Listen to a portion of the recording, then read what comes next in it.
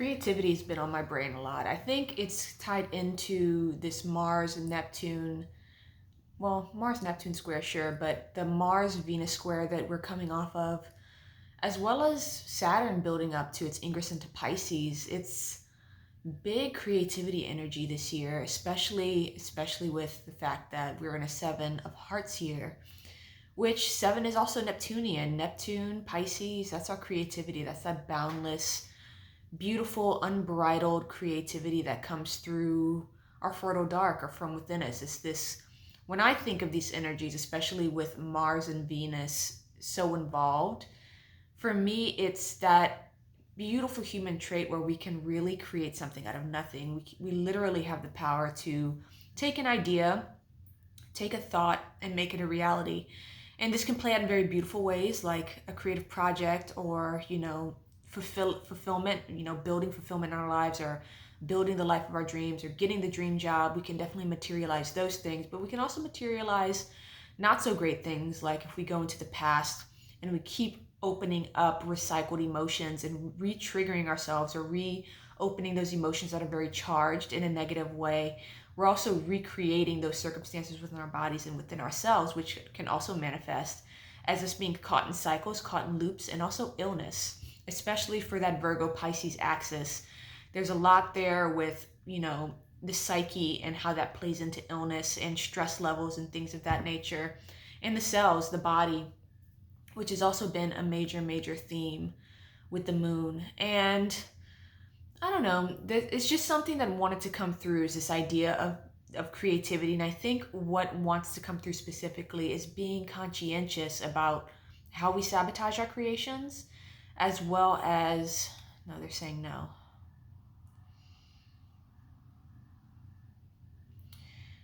It's the details that are coming in right now that are showing us how we create. It is showing us our unique design. And, that's a very big, that sounds very grandiose, this idea of our, the design of how you create. But one example that actually came through is, speaking of design and speaking of how we create and living our design and living our unique design, which is irreplicable. There's not a soul like us that has ever been born or ever will be. We are all unique. And I truly believe that. And you don't have to know, human design, or you don't have to know astrology or any of these things to really tap into that information, which I think is beautiful. And one example that actually came through before I started this video is I've always preferred rice noodles over egg noodles. So Asian noodles over Italian style noodles, if you will. And, for someone or anyone who prefers one thing over another, it's just what it is. I just prefer it. It's chewier. It tastes better. My body feels happier when I eat it. But what I have noticed with going into my human design, it turns out that I am my digestion is alternating, which is sort of like a hunter-gatherer sort of diet. The simpler, the better. Processed foods can be very draining on my system, and complex foods can be very draining on my system. And it's actually, the simpler the meal, like the simpler the ingredients, the fewer the ingredients, the happier my body is. And I also, knew this intuitively, just because when I was living in New York, I would eat poke a lot because I was working at a place that served poke. And poke is, the meat, the rice, the little sides, and it's very simple. It's a very simple rice bowl. And I felt like $1,000,000. I felt like, Diana, Wonder Woman, when I was eating poke almost every day. But going back to rice noodles and egg noodles, it turns out that there's actually fewer ingredients in rice noodles. Rice noodles is just rice, especially if there's no sodium added. And egg noodles, there's flour, there's egg, and there's also, other things that are added to create it. In some cases, there is Italian pasta that's just water and spirulina, but typically, especially the cheaper brands, that's not the case. And I knew intuitively, and I just knew that I preferred rice noodles over egg noodles. But what I didn't know was that was actually valuable information, that, simpler food is actually healthier for my body. So when I'm eating simpler foods, I'm actually in my design. But that's something I could have discerned on my own if I were actually being aware of how I felt when I ate certain things, and really getting into the nitty-gritty of why that is, which I'm well incapable of. I love details.